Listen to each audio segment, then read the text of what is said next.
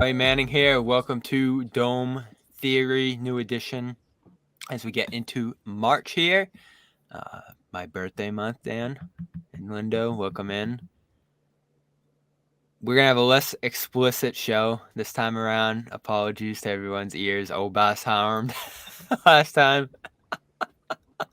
He was a bad influence. Sorry. Lindo got in on the fun. Dan, I don't think is gonna be swearing as much.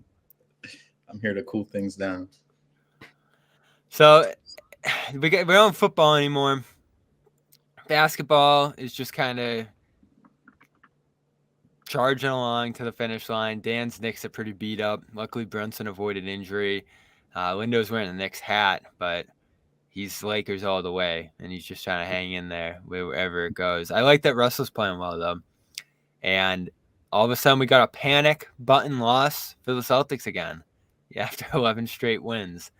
An all-out meltdown against the Cavs last night. We'll get into some of that stuff later, but Dan's here off the top to tell us about his big idea for the NBA, and it is relegation, which I've heard about before.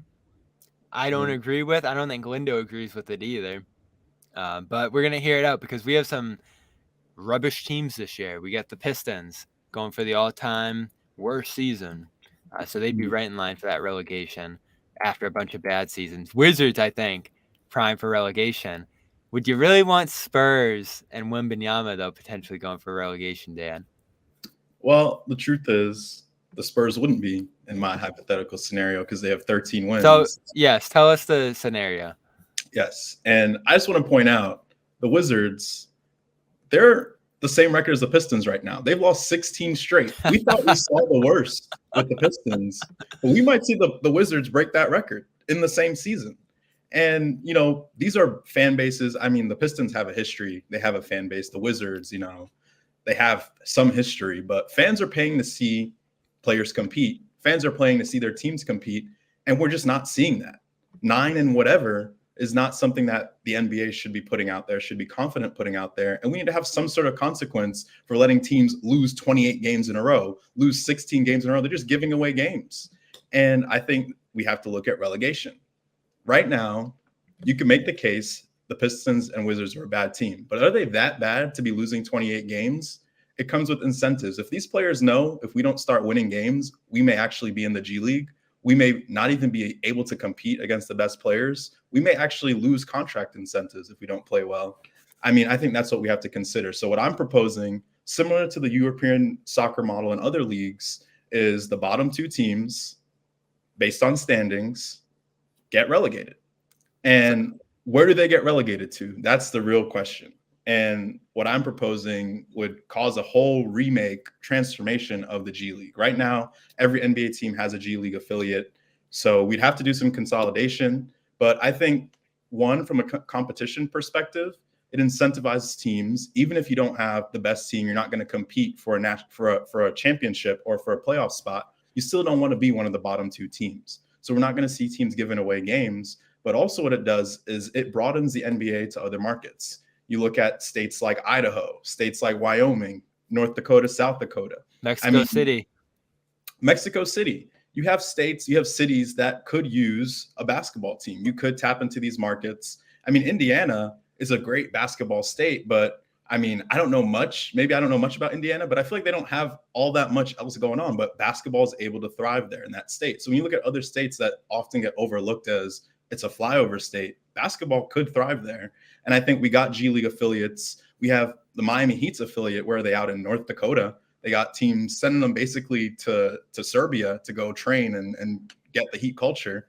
And I feel like we could actually have some of the best players from around the world playing in these cities, these small towns, and just turning it into a great thing. You look at really bad soccer teams like Luton Town in the Premier League. Their fans are super passionate. They don't have the infrastructure. They don't have a lot of marketing. They don't have a lot of hoopla, but there's that passion for the fan base, and there's passion for the sport.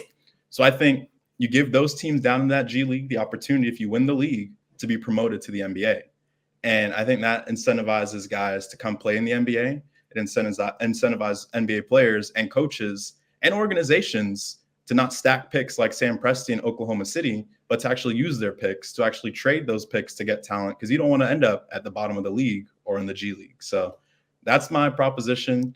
Now, the financials behind it, we can save that for another time, but I'm just putting it out there. I truly believe this is something, it may not happen in the next 20 years, but I would love to see it in my lifetime. And I think as the NBA grows and there's more markets it wants to tap into, eventually they're going to reach saturation where they're going to have to start reaching new markets. And I feel like this is something they'll consider. So I got 2 questions, Lindo, because you're a resident soccer guy. Football. Number one, because the biggest difference, or the 2 biggest differences I feel like, are obviously these teams Dan's talking about will be drafting at the top of the draft. So there'd be a weird crossover between, the G League does a draft every year, but it's just kind of fake. And the NBA draft obviously tried to battle tanking by mixing up the top of the draft order here. But you would have 2 teams leaving the NBA in that case. I don't think like the Premier League has a draft necessarily, does it? No, they have academies that players come from. They develop. So that's the other thing is in Dan's plan, as he told us coming into this, he'd be consolidating the G League into a smaller league. So you wouldn't have every team having a development from 30 teams team. to 10 teams. So 10 to 15 teams. But in your scenario, Bobby, if you're at the bottom of the league, you're the bottom 2, you don't get to draft a player and then disappear into the G League. It's based on we're sending them to the G League before the draft. That's already determined.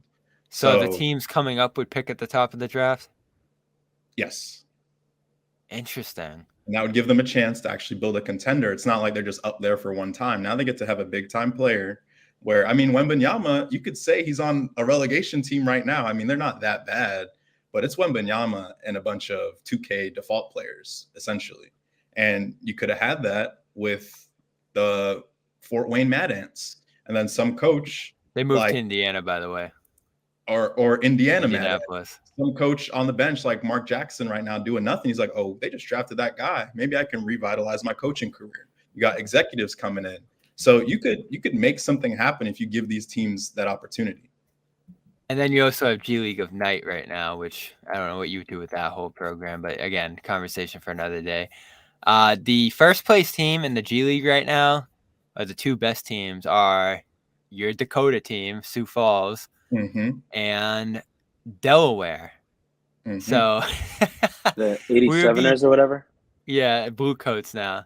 So we'd be dropping Detroit and Washington, D.C. from the NBA in favor of Delaware and South Dakota. Yeah. That is incredible. And the thing is, if these teams truly deserve to be in the NBA, then they go down and then just come back up, They'll play and beat up on the competition. That's the assumption, because they're so much better. So they won't even really mind that, give them a chance to regroup. Yeah, but there'd have to be there. The financials are intangible from the concept, because you'd have to remove financial benefits that teams have. And I think we talked about that before, that you'd have to reduce your payroll to a certain amount.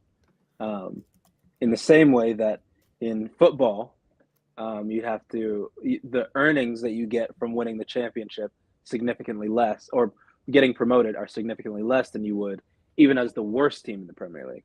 So financials are intangible. There's no, you said Wyoming. Wyoming has like the population of like, I don't even know, Richmond, Virginia. It's like, now imagine LeBron in his farewell tour playing in this gym.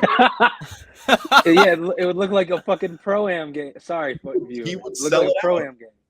There would be all this fanfare. This is a pretty cool G League arena, by the way. You see what I'm talking about? It's historic. He's gonna have the Taylor Swift effect in Sioux Falls, and we're not thinking about how much money that could generate for these local economies, bringing basketball, bringing business to these economies if you start expanding. And I think it's something to consider.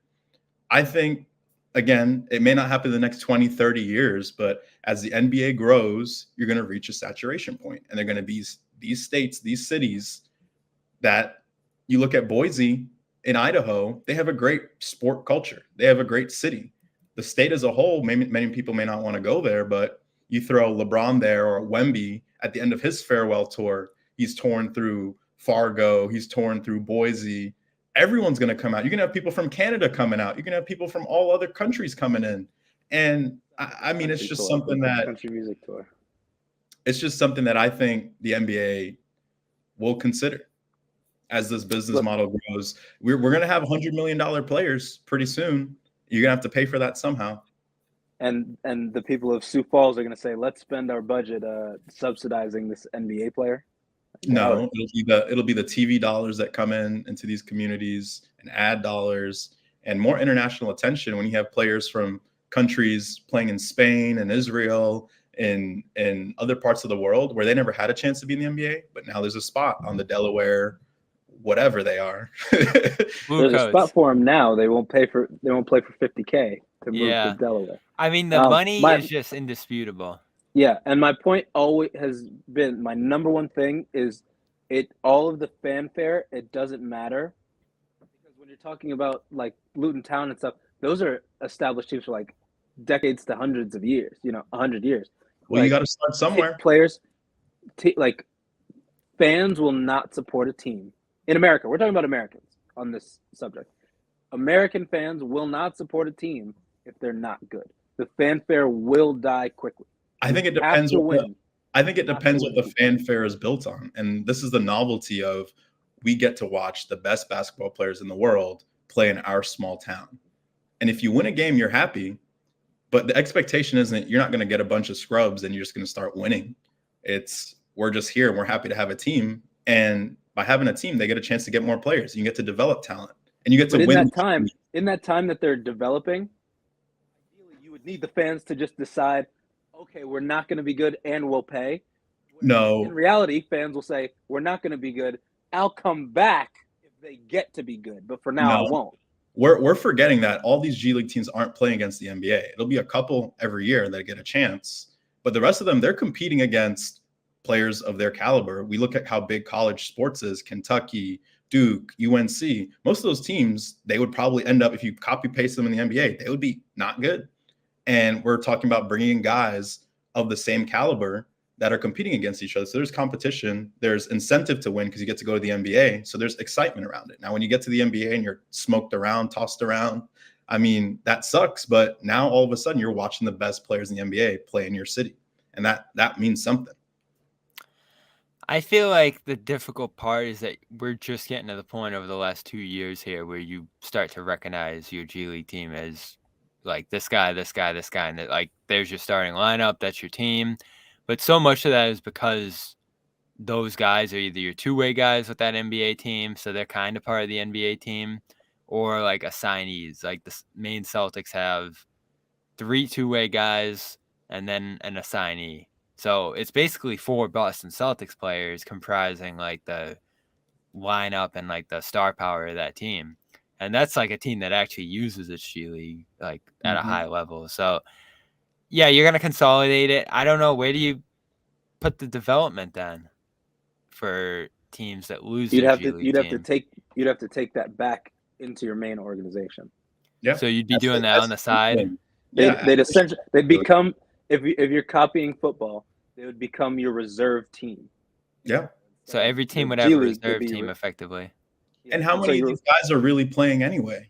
I mean, you look at the NFL, they have practice squads of guys. I mean, Tommy DeVito was a practice squad guy. He ended up being the starting quarterback.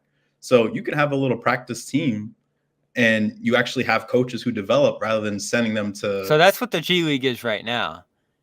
You'd have to shift those G League teams you're talking about under like different ownership. But how many of those G League guys even make it up? How many two ways can you even have? So there are a lot of guys on those G League teams that'll just never make it. So it's not necessarily the same, but I think one thing we also that would be a reserve team or under 23. I think they said something like 33% of the league now or something like that has been in the G League at this point. It's a fair percentage, but I think you can consolidate that at the top of the league. And ultimately, you just want more competition. You want to incentivize that. And the NBA wants to make more money. And I think we're not there yet. I agree. We don't need to do this yet. But eventually, the NBA is going to get to a point where it's like, how can we make more money? How can we expand our game? And there'll be a glaring local opportunity to do that. You don't got to go to China. You don't have to go to Africa. You can literally go to your backyard and start NBA teams. And I think that's where we're headed. Yeah, and the teams that bump up, we get that opportunity. The teams that go down, though, and here's the killer window, and you're losing, like, Detroit and Washington aren't like the biggest markets in the league, but those are two real cities.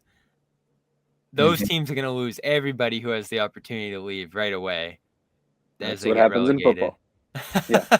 And then they're going to get Um, stuck there. Maybe. Now, this is the uh, debate we had too. Like, are the teams that go down, Detroit and Washington, going to immediately dominate the G League and then come right back up? I think well, that's there more has likely than there not. That's the assumption. because the revenue would drop significantly. You have to cut your salary and costs significantly as soon as that happens. So you'd have to get rid of expensive players if you drop down.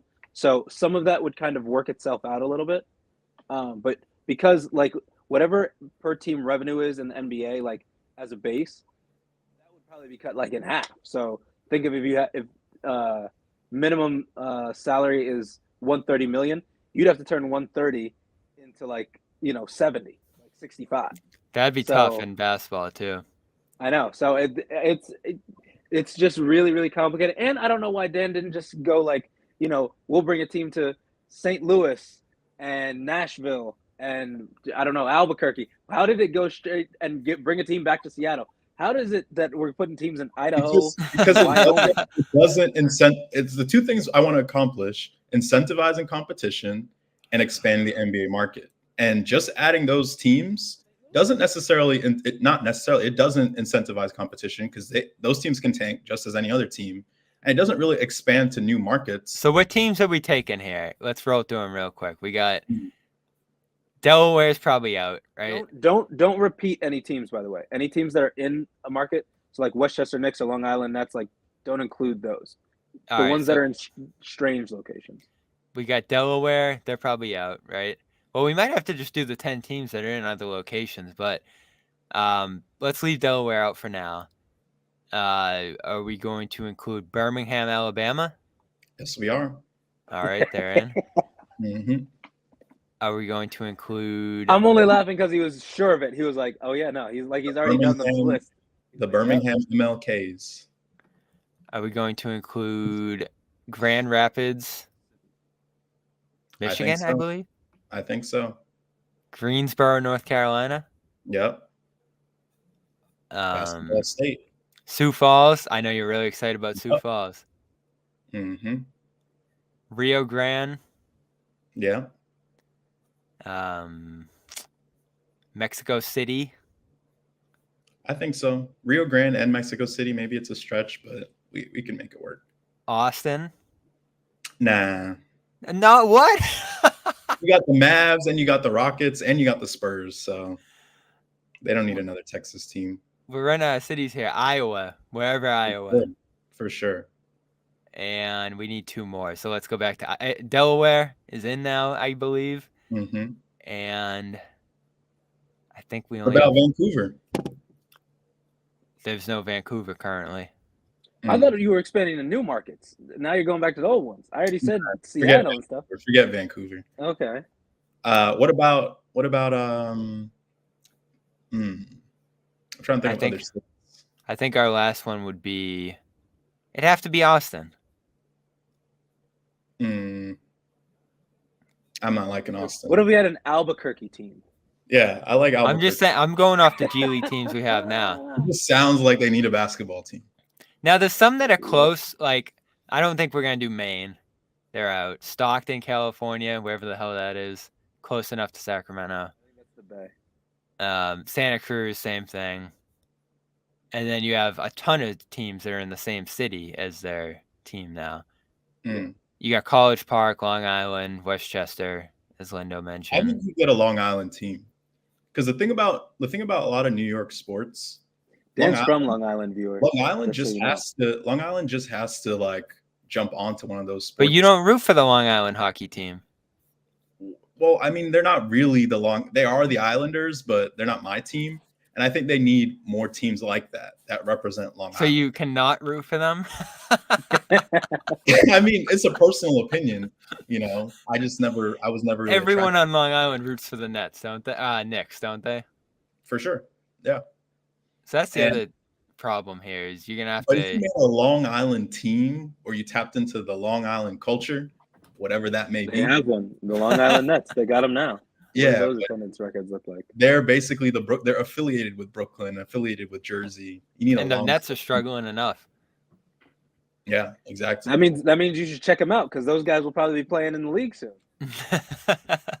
Maybe. But I want to also bring attention to the minor league model. And I feel like we had this discussion before where a lot of these minor league teams do get fans and they do have pretty passionate fans, and them winning doesn't really mean anything. It's the opportunity to see good talent, see good baseball, and it's cheap. And they're able to sustain themselves. You know, I mean, the pandemic happened, those players were struggling, but for the most part, they're able to sustain themselves and actually develop fan bases where Yeah, but the Mets aren't playing the Salem Red Sox. You know what I mean? Like there's no interplay like that from one clearly established team with a big infrastructure and big payroll versus like an ultra underdog. Like that's just not really going on. Like the concept to me seems so distinct that to me it just seems like the bad teams will just get cooked and die off before it can even get to those teams that make it to the NBA. And that enough will be exciting for those fans because they hadn't had an opportunity to see that level of play. We always had the college, could the best college team beat the best NBA team? Which wouldn't be the case. But I feel like those college teams at the top that we always debate about are better than the best G League teams. It's possible, but these G League teams now can tap into players overseas who've been playing for 15 years. Okay, so they're going to up their... Yeah, MVPs. That's why I say they'll need new ownership. Like, you're going to have your reserve teams. And you're going to have a lot of investment in scouting, like how MLB does scouting. They're in every corner of the world trying to find somebody who's like 8 years old just swinging a bat for the first time. So they're going to need a lot more money fast. And to make it attractive to new owners, they're going to have to move, like Lindo said. So we can't do Sioux Falls. We can't do Delaware.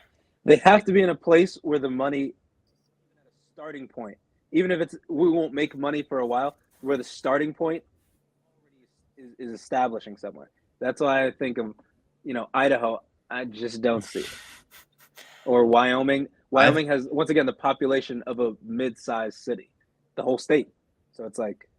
It's just you got to think about the demand, and the demand might not be there right now. But if you start bringing in Kevin Durant, Steph Curry into these cities, the opportunity to host those games from an ownership perspective, you'll be like, I'll invest in that. Like people weren't really living in Wyoming buying property, but then all of a sudden, all eyes were on Wyoming, property skyrocketed, and we've seen that over different pockets of the country. So it's like you got to think about that demand and the attention that would be brought onto these cities. And I mean, I think from an investment perspective, it's definitely long-term and it's definitely wishful that you can build a team, but then you got to make the right decisions to build that team. And that's the incentive. Also, players be getting drafted to somewhere like Charlotte and be like, oh, I don't know about Charlotte. What will they do when it's like, oh, you're going to Sioux Falls? I'm going to Sioux Falls and like, opportunity. What? You're going to Cheyenne, Wyoming, and Helena, Montana. They're going to be like, hell no. Think about it. Sioux Falls eventually builds a team. They make it up to the NBA. They build a team through the draft. They don't go back down after relegation, but they keep climbing up the standings and they win an NBA championship. That story. What? We have NBA teams that haven't even won championships yet. I'm just saying, Sioux Falls knocking off the Lakers. Sioux Falls knocking off the Celtics in the NBA Finals. Think about the magnitude of that, the story. You know how ESPN loves the story, the drama. That's what's going to sell. That's what's going to make more money. And why don't we loop in Real Madrid and all of them? Stories like Ted Lasso, the fictional things that people love. I mean, you got to start tapping into some of that, and it increases the game. You're bringing in more talent. You're making more money, and it's more competitive. You know what I think's more likely? They'd loop in the European teams over there. That market still doesn't even make sense. The logistics of it right there. Not going to be flying people from LA to France to go play a game. Must I say for the 100th time that players on Real Madrid and Olympiacos, right, the best teams in Eurobasket or EuroLeague, I forget which one it's classified as, the best teams, they got players that are used to make other teams in the NBA sound terrible, i.e. Campazzo is on Real Madrid. But aren't those teams better than the G League teams? But hold on, they'll use his name first to say, this is how bad Jokic's team was. They had losers like Campazzo, and Campazzo can go to Europe and play on the best team. Right. It doesn't add up. And the logistics of flying to Madrid and flying them to Athens, Greece all the time, like it doesn't. We don't know if the best team in Europe would beat a G League team, but we do know talent comes from Europe, talent comes from Africa, talent comes from Asia, and can play well. So if you're able to find those talents, I mean, imagine if Luka was 14, 15 instead of being whatever MVP of his league. He was in Fort Wayne, he was in Delaware, he was cooking them. And at 18, he brought his team up to the league and was winning playoff games at 18 in the NBA. I'm just saying it's possible. And these teams now have the incentive to go find those players. They're going to do the work that the NBA teams aren't willing to do because it's like, we'll just draft these kids. We don't have to worry about it. And look at owners like James Dolan. I mean, he's by far in the league by even our fans. We don't like him, but he can just sit up there and say, we're just going to win. And if we don't win, I'm still going to make money. And we see that across the board with ownership in the NBA and most ownership. Definitely get rid of tanking. Yeah. And I think the owners really have to pay more attention to who they're hiring, you know, what they're doing with scouting. They have to be more hands-on. The GM's role becomes extremely important. I mean, I talk about Cashman, how he's living off of the 90s run, and he's just there doing whatever he wants now, saying whatever he wants, making fun of people, and he's fine. And I feel like in a situation like this in the NBA, if we brought this in, you could get relegated. And as a result, you could get fired. And I feel like we'll see a lot more movement. We're not going to see. Oh, you get fired so fast if you get relegated. Everybody would get fired. Exactly. That's what happens. I tell you what. If 15-year-old Luka saw Fort Wayne, he'd be saying, "Take me back to Slovenia." Oh my God, Lindo! If the Lakers got relegated, you would be absolutely done with them. But I'm saying it just wouldn't happen. Mentioning the Lakers. It just wouldn't happen for those teams unless they deserved it, because they're going to do everything possible. No, it would be the most explosive trade deadline every year, because even the worst teams are like, how can we get a seventh guy on our roster who could get us a couple more games so we avoid relegation? Everything would be action-packed. I don't think those big teams would ever get relegated unless they just made like moves. Here's the even funnier part. If you want to make it a copy, is that so like for promotion in the championship, there's 6 teams, right? That go up. The first team is up, and then the next few battle it out in a tournament. But it will be funny is if they had a relegation playoff, sort of like what the Bundesliga in Germany has, where it's like several teams are involved and like trying to not get relegated, like trying to not be one of those teams. So like imagine it's 2 teams that will get relegated, but it's like 6 of them got to play to not get relegated. Another tournament. Yeah. I'm saying there's ways to mix and match and to make more competition happen. We're not there yet. We don't need to do it right now. But I do believe 20, 30, 40 years from now, they're going to be looking for something. And this is an easy solution. And it's showing up in Helena, Montana, and Cheyenne, Wyoming. For sure. I'm telling you. Las Cruces, New Mexico. It's coming. And we're gonna have 45, 40 win 1 seeds because everyone's trying their hardest to win games. It's not gonna be like, oh, the Celtics can just stack up these wins against these people who don't care, who aren't playing. I'm not saying that's what the Celtics are doing. They're playing well. But if everyone's giving your best, every coach, every GM, everybody in the team to keep their jobs, essentially, you're not going to have these warrior type seasons. So they do it against the Lakers right now. And are the Lakers trying their very best? We don't really know that.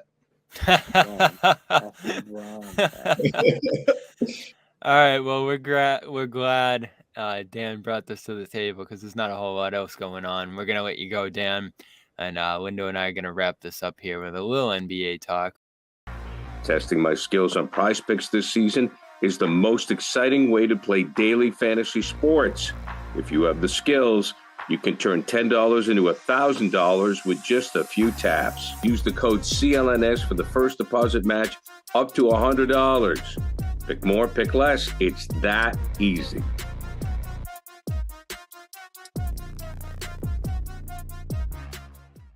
All right. And we want to let you know real quick, new frontline sponsor on Dome Theory, Garden Report, CLNS Media is Prize Picks. Prize Picks is the largest daily fantasy sports platform in North America. The easiest and most exciting way to play daily fantasy sports. It's just you against the numbers instead of battling thousands of other players, including pros and sharks. You pick more or less than on 2 to 6 player stat projections and watch the winnings roll in. Had a tough time so far. I nailed that Tatum over for the Celtics Warriors game on Sunday, but the Curry over, not even close at 4. So it's fun. It's interesting going into each game, see where those stat lines are at. It's the most fun you can have winning 25 times your money, even beyond football season now. Basketball is still rolling on. You just select 2 or more players, pick more or less on their projected stats, and place your entry. And they're bringing your gifts early with a bunch of different bonuses going on all the time. And you got the Specials League, a league created specifically for combo projections that include 2 or more players from different sports or leagues. For example, LeBron James and Travis Kelce back there in football season for 3-pointers and receptions. So check that out. Go to prizepicks.com right now /CLNS and use the code CLNS for a first deposit match up to $100. They'll match 100% up to $100 at prizepicks.com /CLNS. And it's Prize Picks. Pick more, pick less. It's that easy. Go check out the app. Again, use that promo code CLNS. Lindo. Speaking of the Warriors, they're going to beat the Bucks by 30 tonight. How do you feel about that? They needed it after the bogus excuses on Sunday that had me feeling about as good as I ever had before about the Celtics. They had a little Warriors thing going on as recently as December, a tough loss there where they blew a 17-point lead in the second half. This time they walloped them. It looks like the Warriors are going to get back on track. And I've said, Lindo, I still believe in them. I still can't rule them out in the West. I think the West is just going to be absolutely grueling. And we saw it again last night as we record this with the Suns beating the Nuggets.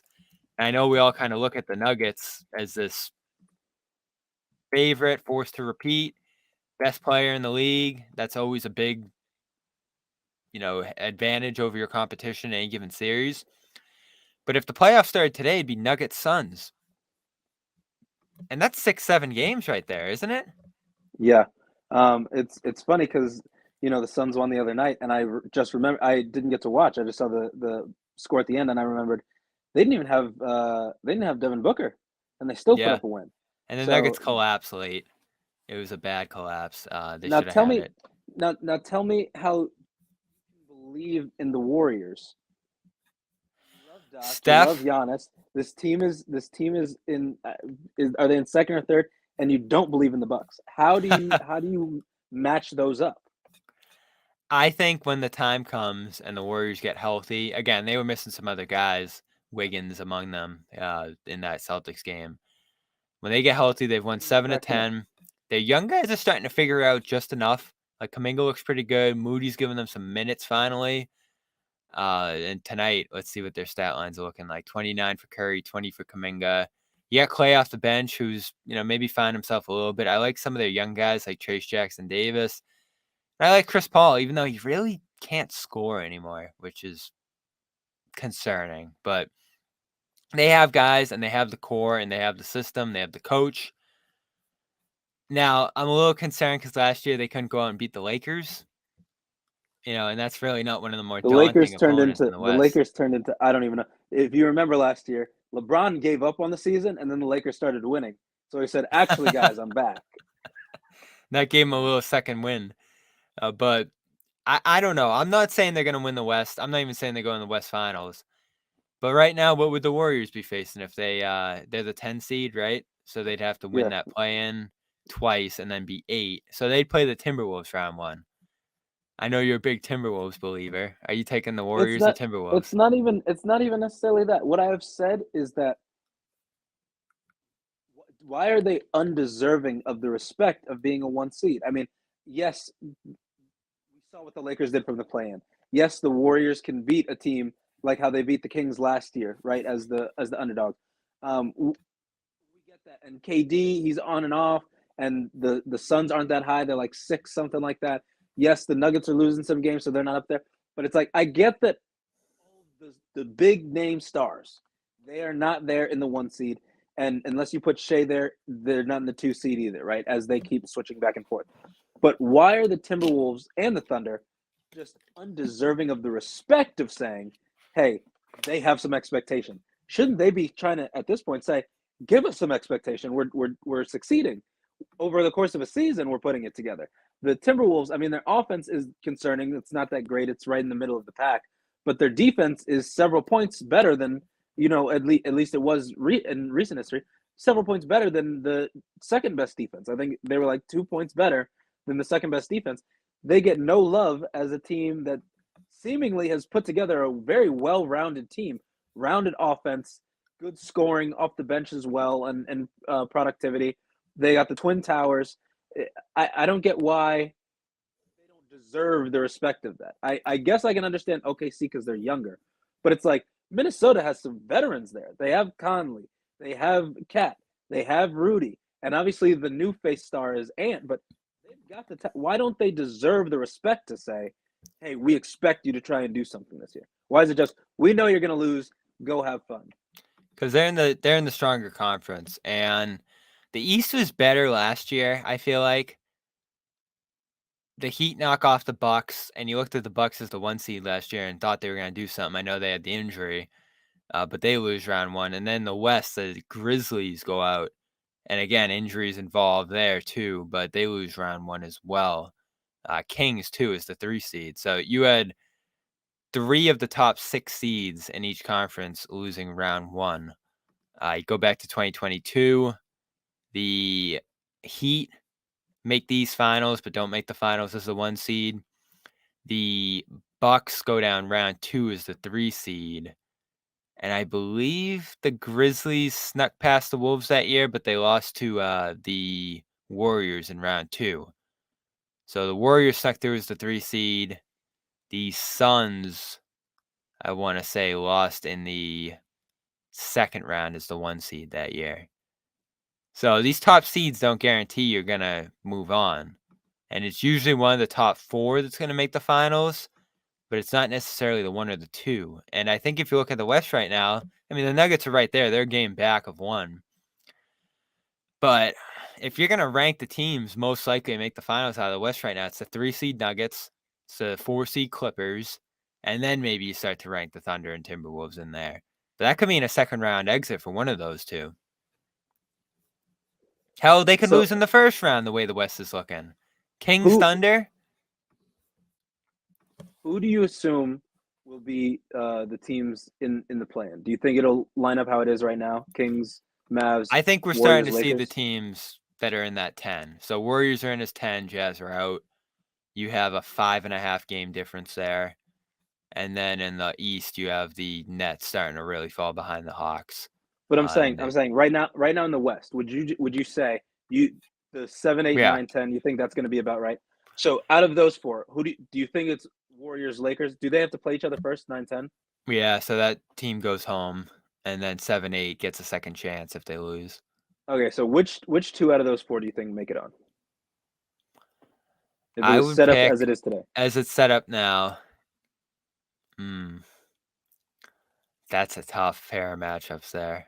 I have to go Lakers over Warriors, especially based on recent history. And Kings, Mavs, who wins that? Kings?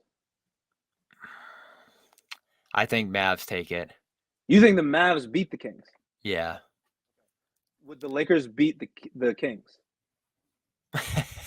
1 off. They play them now and lose. I think so. The Kings, I can't see them knocking off the Lakers. So I'm doing all this to say, so you'd have Mavs 7, Lakers 8. Do the Mavs beat the Thunder? Can Mavs beat the Thunder? Yeah. I wouldn't pick them to. You wouldn't pick them to? No. Would you pick the Timberwolves to beat the Lakers in a 7-game series? 1 versus 8. So. That would be historic. That would be historic for the Lakers to win as the 8. I think the Wolves would grind past them in 7. But again, Towns playing like an idiot. You might lose that game 7 if you're Minnesota. But I'm just saying. So see how when if you like logistically the West put is it out. so hard this year. I could see the 8th seed winning the West this year. Like, it's that crazy. The Mavs would win the West. No, it'd be top 6. Yeah. I doubt it. And look, here's another thing. The Pelicans are right in there. No one even cares. I mean, no one's even mentioning them. Zion is playing. Brandon Ingram's playing. No one cares. Do you feel the same about them as you have recently? Herb Jones is an all defensive player. No one cares. Like what did you say? They have a good coach too. Yeah, no one cares about them. It's crazy. I think people either expecting one of them to get hurt or they're seeing Zion play at not quite that same level this year and not take them as seriously, which I understand too. But it's contributing to wins though. Yeah. You know what I mean, they're winning games. I mean, they were the 1 seed that year though when he was rolling. So there's out of the top 10 teams, it's like 4 or 5 teams that people are just automatically just across the list. They're just like I don't even know what they're doing there. Like they just already are written off. And we still got games to play, man. We still got 20-ish games left, and it's already like. And it's so tight. Right now, the top 4 teams are separate. The top 3 teams are separated by a game. The top 4 seeds are separated by 2.5 games. There's a gap to 5 of 3.5, and then 5 through 10 are separated by 4 games. So any one of those teams can move up pretty fluidly between those 6 through 10 spots and the 1 through 4 spots. So a lot's going to change. But this leads me to my question as we debate that Thunder Wolves thing and have our Celtics conversations, because I was just getting there on believing in them, and then they blow a 22-point lead in the 4th quarter, their biggest blown lead in the 4th in 10 years at Cleveland against a Cleveland team without Mitchell, without Mobley, and take a BS shot at the end. Tatum did, down 2, down 1. Again, I'm not pushing the panic button off one game, but it does remind me of some of the loose tendencies I've seen from the Celtics in the past. So the whole NBA world was ready to say Nuggets Celtics, despite all these other teams being in the mix here. They're playing Thursday night. Is it still safe to say, even if it's not a slam dunk, there's always injuries and everything else, but if all is equal, do you think it's most likely that we're going to see Nuggets Celtics when we get to June? If Kawhi and Paul George are healthy, I'm taking the Clippers. I think I said that. And you like the Celtics in the East? Yeah, not even close. I remember you asked, why does no one care about the Magic in 4th? Well, because everyone already thinks Celtics have it locked up. And let me just say, I really wish I was in your position. This whole conversation just tells you how good the Celtics are, because they've been just running through teams. They were probably, 10 wins out of the last 10, stuff like that. They're just killing them. They lose one game on a thing when a guy who scores 4 points a game scores 20 in the 4th. It's not a regular performance. And this one game happens, and people are on the verge of saying, this might not be it. They're still up, however many games in the East. They're still killing teams routinely. And it's like they lose one crazy, the type of performances that usually happen against the Lakers. They have one of those games happen against them, against a guy who literally you wonder, did they just get Dean Wade? And you're like, someone has to explain to you, no, he's been there like 5 years and hasn't really gotten better. And he's just, like, someone has to explain who that guy is to you. And still the Celtics think, oh man, this just demonstrates we just don't know. Yeah, you do, because you've seen it for like 50 games this season, or whatever they're at, 42. But aren't the 43. playoffs a little different? Playoffs are absolutely different, but we're having this conversation based on the regular season. So if we're doing regular season, we're staying on regular season. I don't want to make this. I don't want to make this comparison because I don't think they're that kind of team. The talent level is just so high. You shouldn't even make the comparison. I just want to throw it out there because I did hear this recently. 30, I think Bill Simmons said it. 31 teams, I want to say now, have started 48-12 in history, as the Celtics just did. One of them was the 2015 Atlanta Hawks, who went 60-22.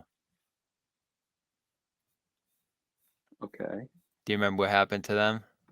Hold on. How many total teams did you mention? There was 31 ever. And you said, remember that one team? Is the exception the rule, Bobby? What Well, about those other 30? Are you going to pull up every history of the other 30 for me? I'm just saying, at 48-12 in 2015, did you look at the Hawks and say, they're going? They're going. It was way different. It was way different. And it's because everyone already thought the Hawks were fraud that year, and they got proved it. But they thought that. And there may have been a guy on that Hawks team that you may favor nowadays. That's interesting. But way different because we're talking about a Celtics team that, should they go on and win the finals, will be remembered as one of the teams, right? Their One of the starting great five teams. incredible. Their bench is out of this world. I mean, 1 through 5. Someone else said it today. If your worst player is Porzingis, you got a really good team. And so in starting 5, their worst player, if it's Drew Holiday or Porzingis, if that's your 5th best player on the starting 5, you should be winning all the time, and they are. And so I don't know how, this just feels a little. It just feels a little forced jitters. You're trying to remember yourself right now. The Celtics are omnipotent, and they're trying to remember what it's like to be mortal. It's like Apollo just imagining stubbing his toe. He's like, when you hit the side of the. No, you don't know that, okay? Because you're really, really good. So Celtics. This year really, feels really different. Good. This They're year really, feels really different good. to me.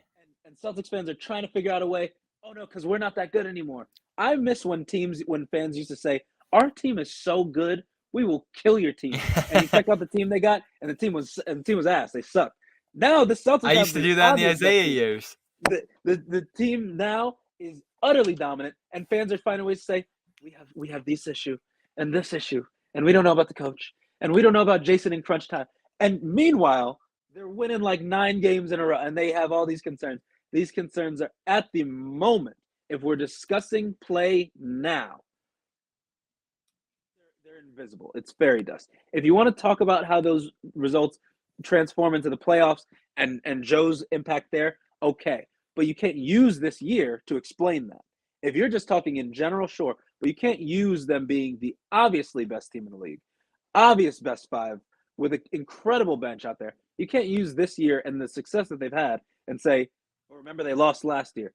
Well, this is a different team this year. It's a completely different team. And that's why I'm withholding judgment. Because last year I was pretty adamant that I didn't like their looseness throughout the year and just the way they looked at times. I have nothing to argue against this year, really. That was only the 3rd bad loss of the year, I want to say, from them. They had one against Charlotte early. They had one at Milwaukee where they were down like 40 at halftime and they just sat everybody, but it was like the 5th game in 7 nights. So you just kind of threw that one in the trash. And that's it. Yeah. All the other ones have been close finishes against good teams or, something of the like. And one of those was against Denver, a game that came down the buzzer. Really good game. 2 teams that looked finals bound in that matchup. Browns questionable. I think the Nuggets are healthy right now. So it should be another good one Thursday night as we record this. So I'm looking forward to that. I think that's going to be the finals. I believe in the Celtics getting out of the East. And I still believe in Jokic over everybody else in the West. But again, you look at like a Phoenix, Denver out there and it's grueling. I don't know who's going to come out of there. And a lot of it's going to come down to their paths. So maybe Denver, despite their best efforts, will just face a monstrous path out there. Before we get out of here, want to squeeze in a baseball minute. I think we'll save that for another day. But you know the deal. Yankees, high hopes, but Lindo's probably not feeling too great about it yet. Red Sox, dumpster fire. Yeah, so Yankees, it's just like every other year where the Yankees could put out whatever. If they're handing out big contracts, Yankees fans will tell you they're the best. And this year they actually did get one of the best in Soto. Concerns about age, concerns about injuries as they always keep recurring. But right now, how can you not be hopeful about the Yankees? I mean, how can you not look at this team and say, we should be doing it? We'd feel even better if we could find a way to mute Giancarlo's sentence on life, but that's a different conversation. How can you not feel so happy to look at this team and say, there's nothing wrong? At least there's something to be excited about. Yeah, and then you look at the Red Sox, and you guys, you can tell it better than I can. You say, the fans are never coming back. We got the same guys. We might as well have kept Bloom. You got to explain that because I can't do it. I can't be Bobby. You got to be Bobby here. Kept Bloom. I don't forgive Bloom because he made so many bad moves, and that's what he got fired for, and that's why I still don't look at it and say, oh, it was ownership, it wasn't him. Ownership obviously had an outsized role in it now, looking back on it, and he did make some crafty moves, so I'm loosening my Bloom hate a little bit. I'm leaning off the blame pie, or I'm reducing the blame pie, his share there. But man, it's tough to imagine him not doing a better job than this. This is awful. Breslow in his first move, and again, the fact that Breslow's the GM, I liked him as a player. I guess he was in Chicago with Theo, doing a little something there. But like your only move's Giolito, like a cheap out move, and the guy needs Tommy John weeks into spring training. And he's probably never going to pitch for this team now. I do want to say that does not mean Sale would be healthy at the same time. I just want that to be known. I'm just That saying, does though, not Sale, mean it's not a zero sum of injuries. Like, oh, if he's injured, then he's good. They could both be injured. 5 shutout innings for Sale to start spring training, who they're paying this year in Atlanta. Atlanta, one of the best teams in the league, wanted him. That logic never matters to me. They're all professional teams. Never matters to me. I'm just saying. And then the second baseman who came back in that trade is hurt and isn't ready for opening day. So there you have it. And the manager is just a lame duck, I guess. This is going to be a bad one, Lindo. The last two were bad. Oh, man, just you wait. Here's what I said it to you earlier. Now they're talking about the outfield. They're playing first base. Here's what I'll say, though. In you saying they basically have the same team from last year, why do you assume they'd get significantly worse than last year? Like, couldn't it just be like last year? Not like last year was good, but what if they're just like last year?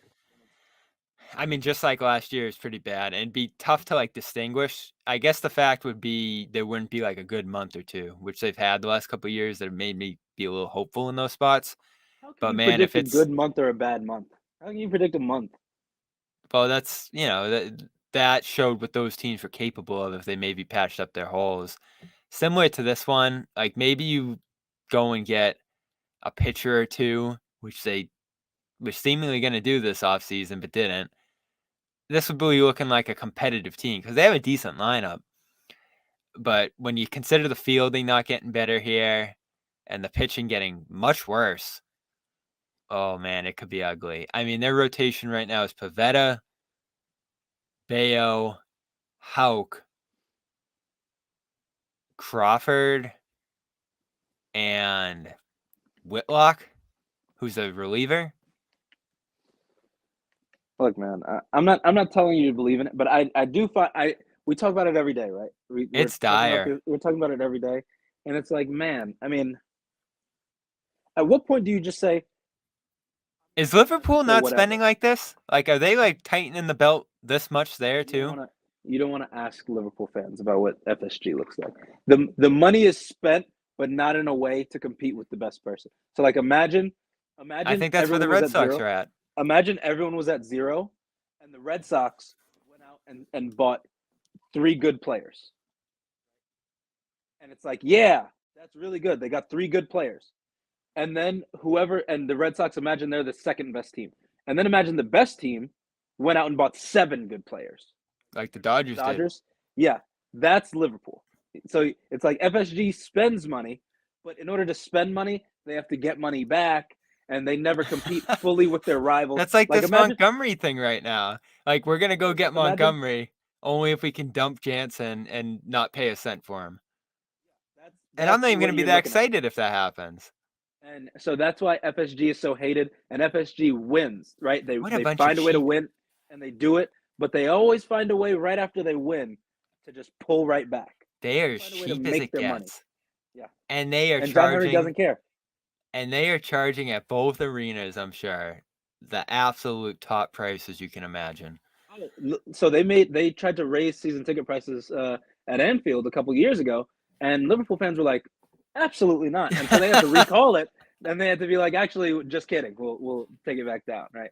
And Liverpool's doing all kinds of stuff. They're expanding their grounds from like it was 43 a few years ago, and it should be around 65 when the stand is finished. So it's like they're doing things and they're rebuilding with a new generation of players as their beloved coach Klopp is leaving out, and they're hoping Xabi Alonso comes next season. Right? They're doing stuff, but Man City's just doing more stuff.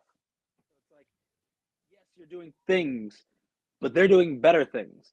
And I think as Red Sox, right now you're like, we're not even doing things. We haven't even reached things yet. They didn't do anything. Unbelievable. But I don't want to talk too much about it. It'll be all year to do that. 5 minutes here. Syracuse men. We have a high hopes for the women, but the men look done. They had a chance against Clemson, final game.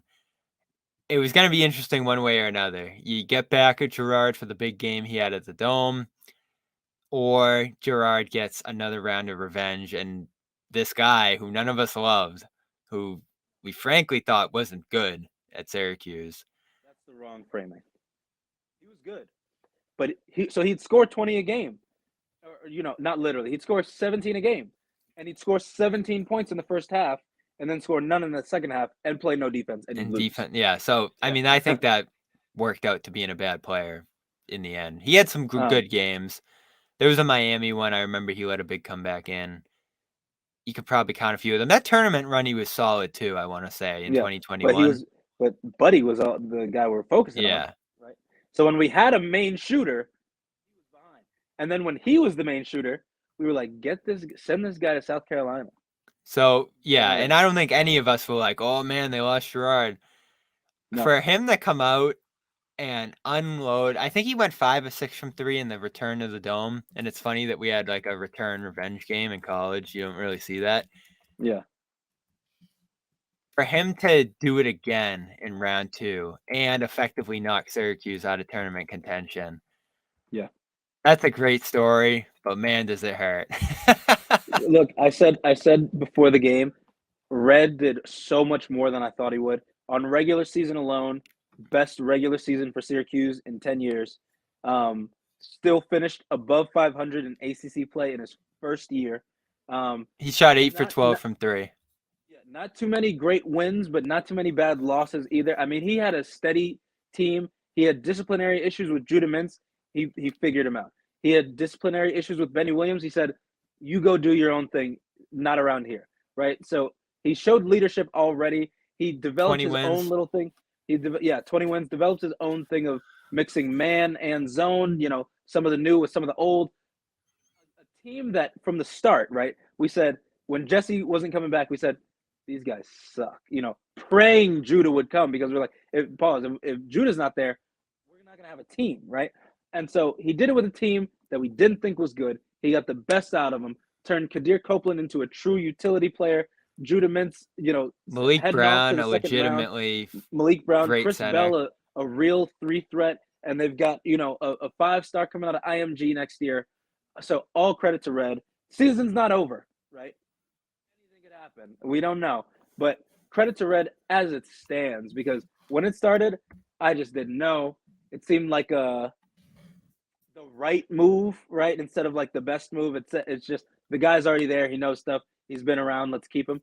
But he's showing it was a good move to keep him. I'm glad they got him. I can't wait for next year.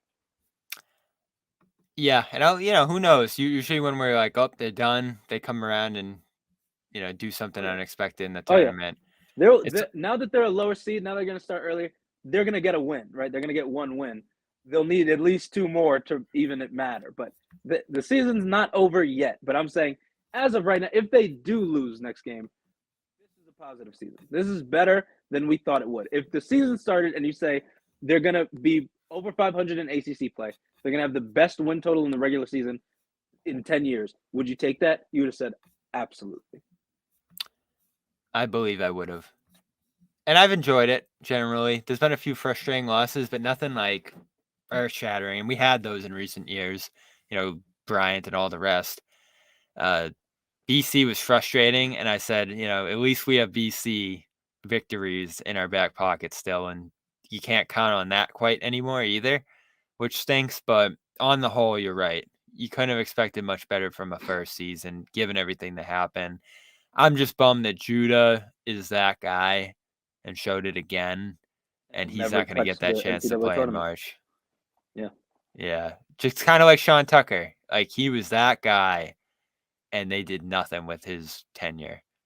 Yeah. Didn't get to play in any big games. Not Kind of pleased. faded by the end of it. And then, just no, moved on. maybe LeQuint will get that chance this year. We're excited for Syracuse football. We'll talk about that later this summer, but for now, that's Dome Theory. Little Syracuse talk to cap it off is pretty fitting. So thanks to Dan for being here. Thanks for Lindo for always being here. Check us out, Spotify, iTunes, Stitcher, all the rest. Check out Prize Picks, prizepicks.com/CLNS for your 100% bonus up to $100. Really easy to get started over there. It's fun. Check it out. And for now, I'm Bobby Manning. We're back for Nuggets Celtics tonight, I think, as you hear this, Thursday night, late night edition of the show, 12:30 Garden Report, I believe, with the 10 o'clock tip. So stay tuned for that and join us late night. I think it'll be me and John, and we'll be back on the Dome Theory before long. That's it. See you guys soon.